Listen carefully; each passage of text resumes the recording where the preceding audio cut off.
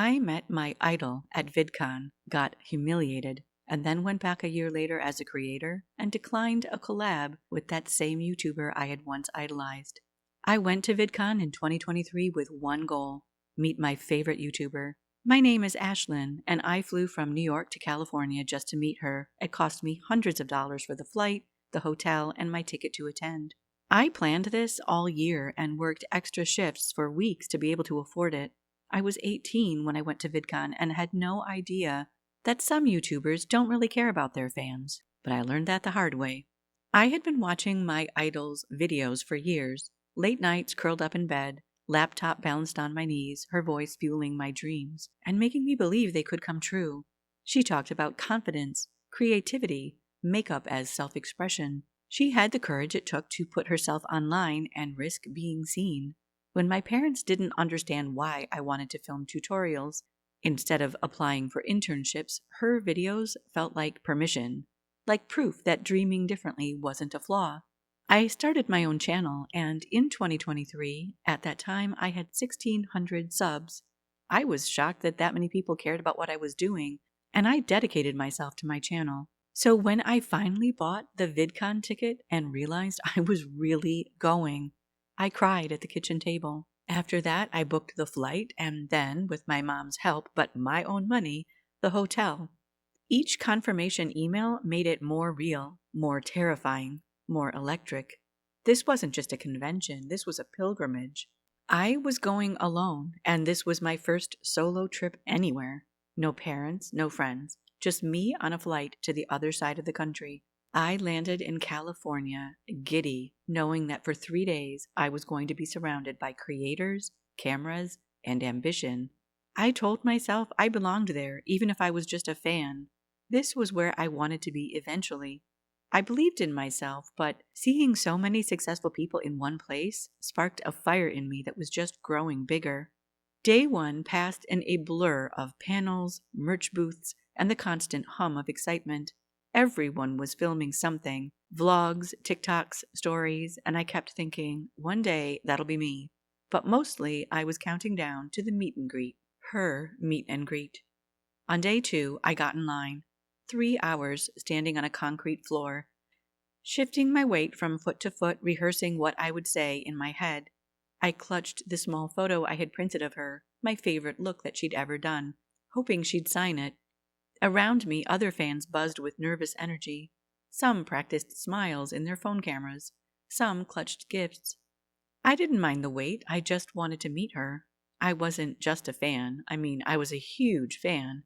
But she was also what inspired me to be creative in a way that my parents didn't appreciate.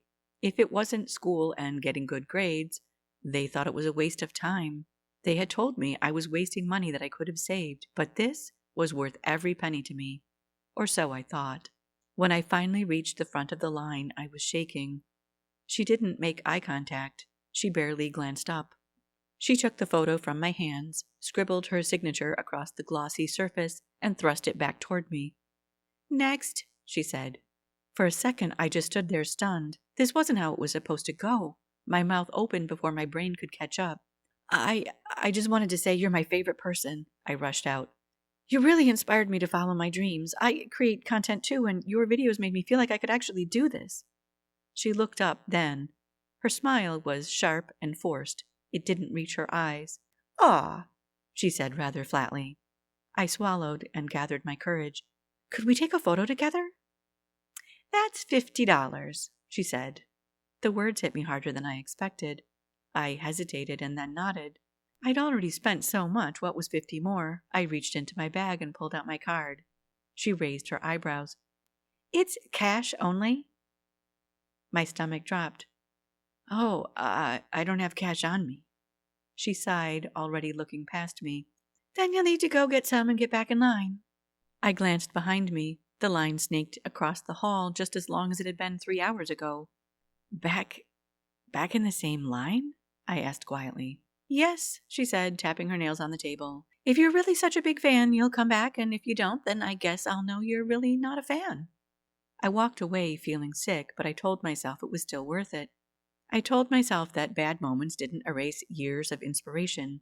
I found an ATM, took out the $50, and stood back in line. 2 more hours of waiting. My feet ached. My excitement dulled into something brittle but stubborn. I watched her taking photos with other people, and I didn't see them giving her money, but I told myself they must have given it to her when their backs were to the line. I was deluding myself. When I reached the front again, she looked up, and this time she looked right at me and recognized me. Her lips curled into a grin. She reached under the table and pulled out a sign, placed it on the table. It read, "Closed," in big capital letters. She laughed, turning to her 3 friends crowded behind her booth. They leaned in, giggling like they were in on a joke that I wasn't. But even then, I knew it was about me. "I'm taking a break," she called out loudly. "Be back soon." I stood there, cash in my hand, heat rushing to my face. No one looked at me. No one acknowledged me. I felt small in a way I hadn't since middle school, when I was bullied for wearing a horse shirt I loved, but the popular kids thought made me look like a dork. I walked away.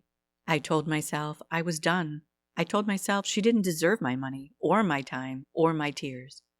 I headed toward the food court. I was going to drown my sorrows in sugar. That's when I heard her voice again. She was standing nearby with another influencer, someone I recognized from TikTok.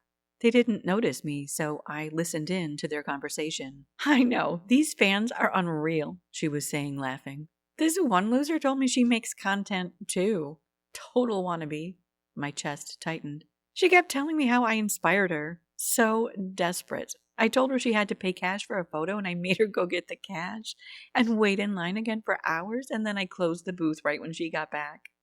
Both of them burst into catty laughing.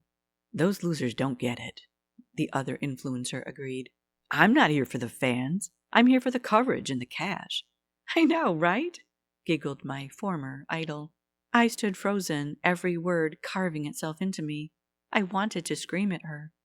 I wanted to understand how someone who had once meant everything to me could be so casually cruel. I had donated money to her live streams. I had bought the makeup palette she had released. I had supported her while I worked for minimum wage, while I was completing my senior year of high school. I left VidCon that day with red eyes and a broken illusion, but also with something else, quiet and steady, settling into my bones. Resolve. I went back to New York and got to work. The fire in me was still lit, but the wood burning was totally different. I no longer wanted to be like my idol. I wanted to be better than her, not just at makeup, but as a person. I vowed to cherish every subscriber, everyone who commented, everyone who helped me get where I wanted to be.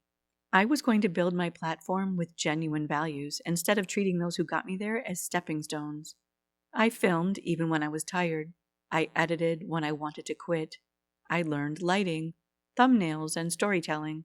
I went to school, I went to work, and I created content every day.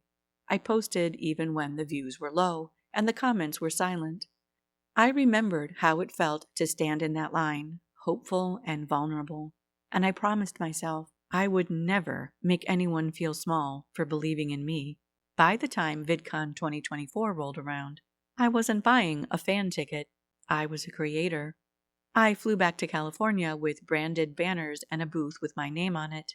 Fans lined up, not a long line, but every single one mattered to me. I looked every one of them in the eye. I listened. I thanked them. I took photos without charging a cent. And I signed every photo with their name, a short message, and my signature. I had cramps in my hand. My face ached from smiling so much. But I made sure everyone who came to show their support took home a memory of me that brightened their day. It was on the second day that something unexpected happened. The YouTuber I once had idolized approached my booth. She smiled like we were old friends and talked about how cool my growth was, how we should collaborate, how a video together could be mutually beneficial. I listened to her and remembered the scandals that she had been involved in over the last year, and thought about my personal experience with her. I smiled back, calm and kind. "Thank you," I said, "but I don't think you have the right vibe for my brand." "What? You do know who I am, don't you?" I smiled again. "Yes, I know exactly who you are." Her eyebrows raised almost to her hairline, and her mouth was open, but she said nothing. I turned my attention back to my line and smiled, ushering over the next person. I was live streaming the whole event, so when the YouTuber posted a video about being snubbed by a small creator at VidCon, people knew it was me, and that's when the flood of fans came out of the woodworks, sharing their experiences with her and how they were treated by her. Her numbers started to drop across all socials, and the last I heard, she was taking a social media break. She'll be back with another apology video, and soon, no doubt, a rebrand, and I wish her luck. Hopefully, one day she'll learn that treating her fans like they're beneath her will only harm her. But time will tell. If you enjoyed this reading, please hit like and subscribe so you don't miss future stories. We'd love to hear from you in the comments. This has been Tales by Rachel, where we breathe life into every story.